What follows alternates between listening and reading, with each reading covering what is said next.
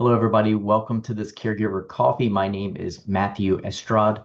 I'm a gerontologist in St. Tammany Parish and partnering with the Council on Aging in St. Tammany for a little over 10 years, mainly as a caregiver support group facilitator on Tuesday evenings, but also bringing you education here in the Caregiver Coffee on Facebook and sometimes on YouTube. So today we're going to be talking about vitamins and minerals for older adults, the ones that are important. And just a note, I don't say this often enough, but all this and all the caregiver coffees are not to be considered medical advice. Really, they're designed to pique your interest in hopes that you'll pick up some healthy things to consider, and also you'll do your own research, like going to the article that I will reference here and also link to in the video description. So always work closely with your medical provider, with your doctor, with your pharmacist, for this, dietitian. So make sure you do that because you are unique and special, and you need your own one-on-one advice. So, but there are some general things that we can pull from these articles that are reputable and benefit from them. So at least gets some healthy habits started and also some conversations with your family and your medical providers. So before we get into this topic, just a little bit about the caregiver support group that I facilitate. So we meet basically every Tuesday of the year, except for Fat Tuesday, and we move that. Also, we kind of all the other holidays that may fall on a Thursday, Christmas, 4th of July, etc. We kind of look at those and we might move if there's a conflict, we move those to later in the week. But most Tuesdays of the year, I'd say. And we meet in person and online. Sorry, or we're either in person at a senior activity center or we're online. Not both. The first Tuesday of the month, we're in Slidell. The second Tuesday, we're on Zoom. The third Tuesday, we're at the Covington Senior Activity Center. The fourth Tuesday, and sometimes the fifth Tuesday, when we're able to, we are on Zoom. So always on the fourth Tuesday, but sometimes there's a fifth Tuesday, and we get the go ahead from Coast to have a session. So that's why the calendars are important. We publish 2 months at a time, so you can go to caregiver services from the Coast Seniors website, and you'll always see an updated flyer for the 2 months that we happen to be in. So we're about to come out with the July and August 2025 one. So June is still up there because we have another week. But we hope you'll check that out, print it out, put it on your calendar. You can also join the email list. So I email the day of the support group. I email a reminder out. And when there's a new calendar, we have that attached to that email as well. So please go ahead and do that. And let's get into this article. So as always, I'm not going to read the article, except for some sections. Verbatim is appropriate, but I'm going to hit highlights and hope to pique your interest in this important topic. So this is like most of our articles from the National Institute on Aging, which is part of the National Institutes on Health. So vitamins and minerals are two of the main types of nutrients that your body needs to survive and to stay healthy. Find information on some of the essential vitamins recommended for older adults and how to get those recommended amounts within your diet. Vitamins help your body grow and work as they should. There are 13 essential vitamins that we'll go over actually in this. We'll touch upon them. They have different jobs to keep your body working properly, and some vitamins help resist infection, others to keep your nerves healthy, while some others may help you get energy from food or help a blood clot properly. And there's a link here to the daily guidelines on those amounts to get the proper amount for yourself. And like vitamins, minerals also help your body function. Minerals are elements that our bodies need to function. They can be found on the earth and in the foods Some minerals like iodine and fluoride are only needed in very small quantities, and others such as calcium, magnesium, potassium are needed in larger amounts. And just as with vitamins, if you eat a varied diet, you will probably get enough of most minerals. It's usually actually better to get them from your food rather than a pill. That's because nutrient-dense foods and other things that are good for you, it has other things like that are good for you, like fiber. And you can get most of what you need from foods, but if you're not sure, you can talk with a doctor, you can talk with your nurse practitioner or a dietitian to find out more information about dietary supplements, vitamin and dietary supplements, and we'll cover dietary supplements in another video. It's important to be aware that some supplements may have side effects, which include an increased risk of bleeding after an injury, or after changing your response to anesthesia during surgery. So that's why we talk about going to talk with your doctor. This advice, the anesthesia advice, is not something you'll get, on the side of the bottle or from this video.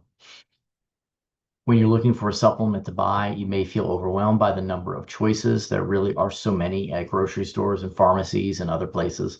So you want to look for a supplement that contains the vitamin or mineral that you need without a lot of other unnecessary ingredients. Taking too much of some vitamins and minerals can be harmful, and you might be paying for supplements that you do not need.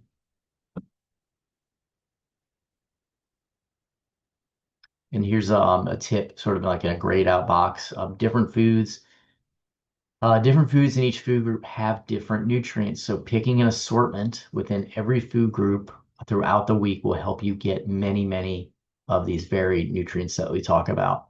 For example, if you choose seafood instead of meat twice a week, that will help you get some vitamins and minerals that you normally wouldn't get if you're just eating ground meat or pork during the day, during the week, or turkey, chicken.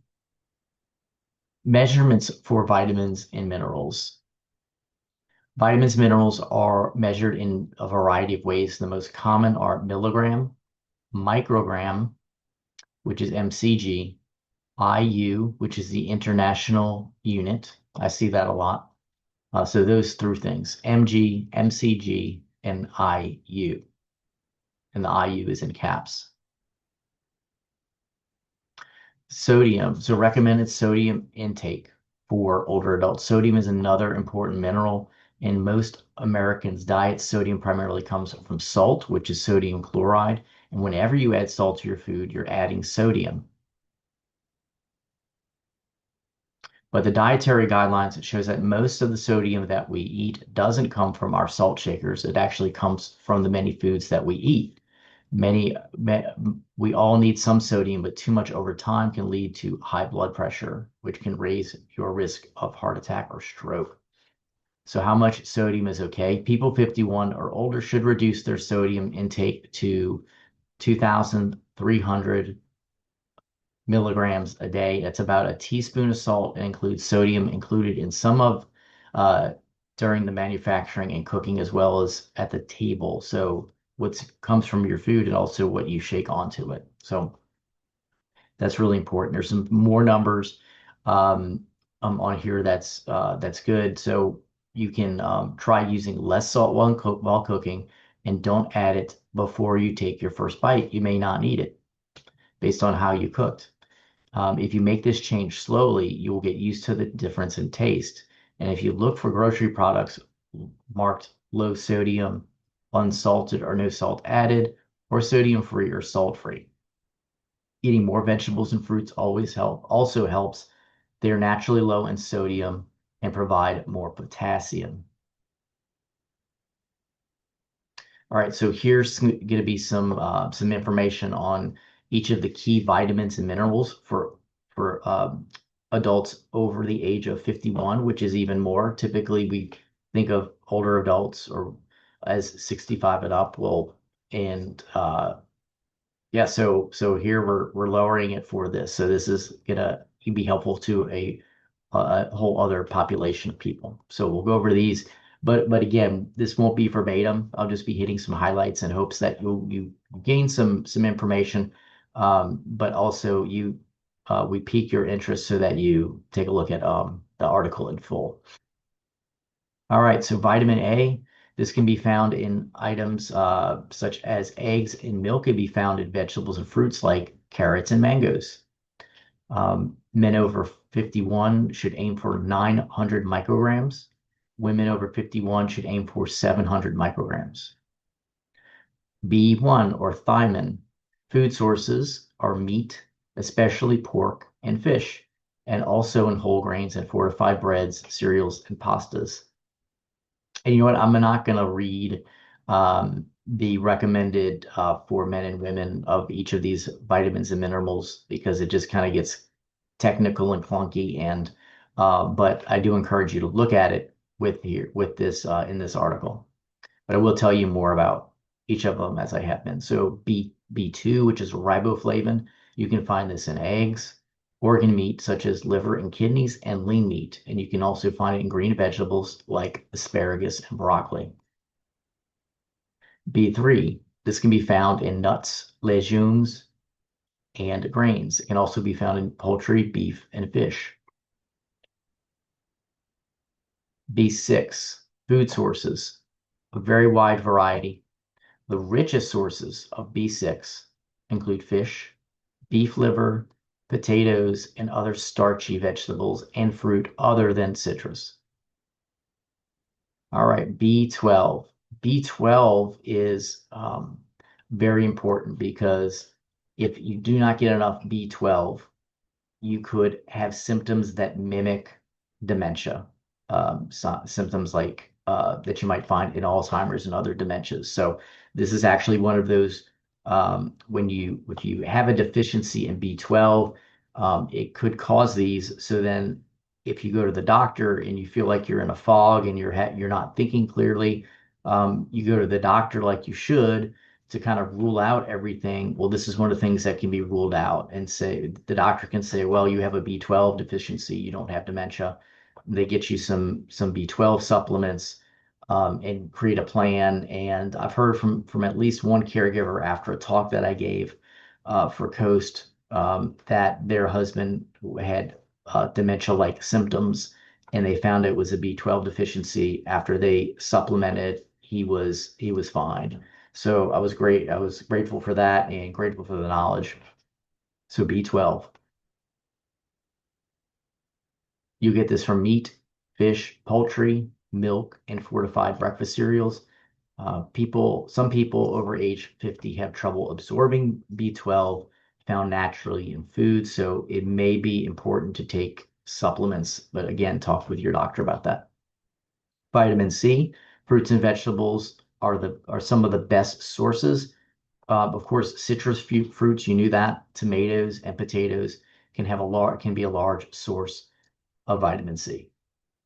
Calcium, it's a mineral, so we're switching from vitamins to minerals for this one. It's important for strong bones and teeth. They're especially recommended for older adults who are at risk for bone loss. You can get it from milk and other dairies such as tofu and other dairy, some forms of tofu, dark leafy vegetables, soybean, canned sardines, and salmon with bones and calcium fortified foods.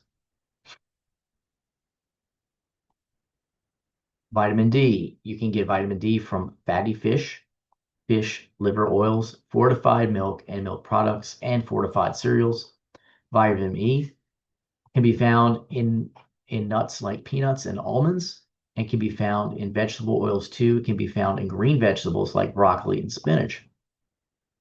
I had some spinach last night. We snuck it into lasagna that we made, and even the kids ate it. So it was really good. Tasted good too. Let's see, folate. We'll do folate, vitamin K, magnesium, potassium, sodium, and then we'll be wrapping up. All right, folate, it can be found in vegetables and fruits such as broccoli, Brussels sprouts, spinach, and orange. It can be found in nuts, beans, and peas. Vitamin K can be found in many foods like green leafy vegetables, spinach again, kale, some fruits such as blueberries and figs. It can also be found in cheese, eggs, and different meats. Magnesium. This is a mineral generally found in foods containing dietary fiber, such as green leafy vegetables, whole grains, legumes, and nuts and seeds. Breakfast cereals and other fortified foods may also have magnesium. It's also present in tap, mineral, and bottled drinking water.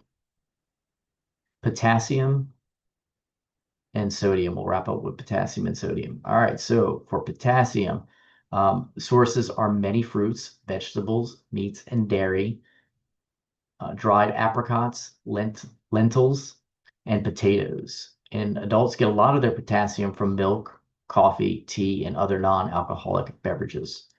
And finally, sodium that we talked about a bunch already. Preparing your own meals without a lot of processed foods or salt will allow you to control how much sodium you have. So here, these are, well, I'll read it. Men 51 should reduce their sodium intake to 2,300 milligrams each day. That's a tablespoon of salt. We mentioned that.